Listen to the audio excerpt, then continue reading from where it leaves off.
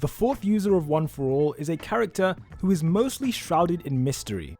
In chapter 257 of the manga, All Might researched all the previous users he could find and compiled a notebook full of information.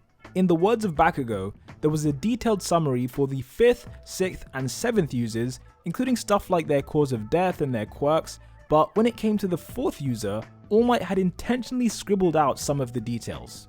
When asked about this, All Might simply said that he's worried about Deku and that there's something about One For All that he hasn't figured out yet. I will admit that it's never specified which part of the 4th user's story has been left out. For example, it could be his quirk that was scribbled out, or it could be his cause of death, or perhaps his morality, maybe he wasn't such a good guy. At this stage, we just don't know what All Might was hiding, but today I'm going to propose a theory that I think would explain his actions. At the crux of this theory, we have two issues. Number one is that All Might is hiding something about the 4th user, and number two is that whatever he's hiding, it relates to an unknown element of One For All. I mean, Bakugo literally said, did you figure out something about One For All? And All Might just replies, not yet. So clearly, the existence of the 4th user, it raises some questions about One For All itself. To tackle the first problem I mentioned, let's assume for the purpose of this video that it's the 4th user's quirk that was hidden. If that is the case, All Might would only hide this power because it's something that Deku would immediately recognize and perhaps be fearful of using. I say that because if the quirk was simply one that was hard to master or perhaps a dangerous quirk, that wouldn't stop Deku. I mean, this is a guy who trained for 10 months to master a quirk that could have potentially exploded his body. If there's one person in the world who's willing to try out a dangerous or harmful quirk, it's this guy. Furthermore, hiding the ability wouldn't really help anyone, because as we saw with Black Whip, the quirk may just manifest itself out of the blue at some point and just hurt other people.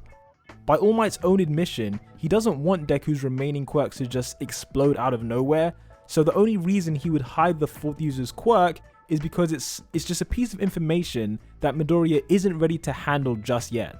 If the 4th user's power is a quirk that we're already familiar with, then that would of course raise many questions about One For All, and also it would just be very confusing for Deku to hear this at this stage. So All Might is protecting him by not revealing this information. This brings us to the second issue, which is the secret of One For All that All Might hasn't quite worked out yet. In my opinion at least, this secret has been hiding in plain sight and would explain why the 4th user's quirk is what I think it could be. Just for some context, we know that Deku is the first and only user of One For All to unlock all the various quirks inside. By default, this means that the previous users didn't know their quirks were being stored inside One For All. This is most obvious when it comes to Nana Shimura, and I'll explain why.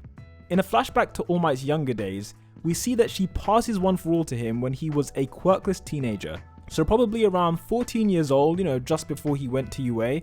It wasn't until 4 years later, when All Might was 18 years old, that she died at the hands of All For One. So during that 4-year period, the embers of One For All definitely would have died out within maybe the first year. Therefore, during this final battle with All For One, Nana Shimura, All Might, and Gran Torino, she didn't have One For All at this time, but she did have her original float quirk.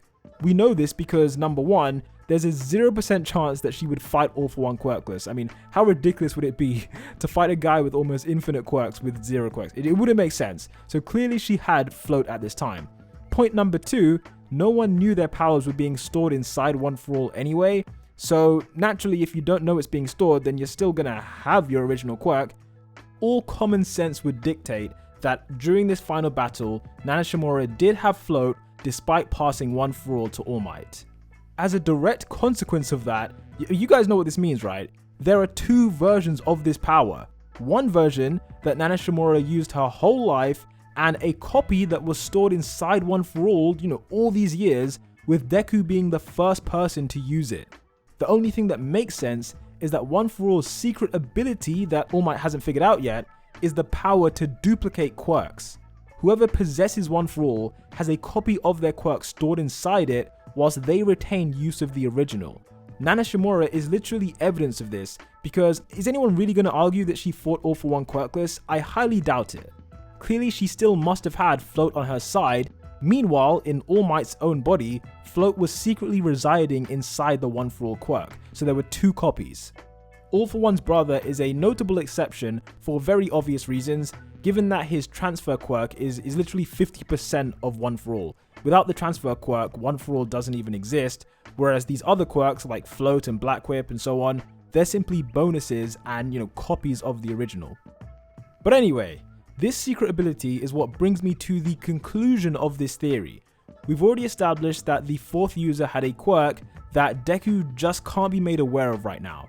And we also know that One For All has the power to duplicate quirks, hence why Nana Shimura was still able to use Float despite it residing inside One For All after she had already passed it on. With all this being the case, we can now turn our attention back to the fourth user, whose most notable thing is the distinct marking on his face. Whatever his quirk was, there's a version of it inside One For All, and another version of it that he held on to after this moment when he passed on One For All. This means that All For One could have still stolen this guy's original quirk. When we look at this mark on his face, it resembles the effects of a quirk that we are already familiar with, but instead of just telling you, let me show you.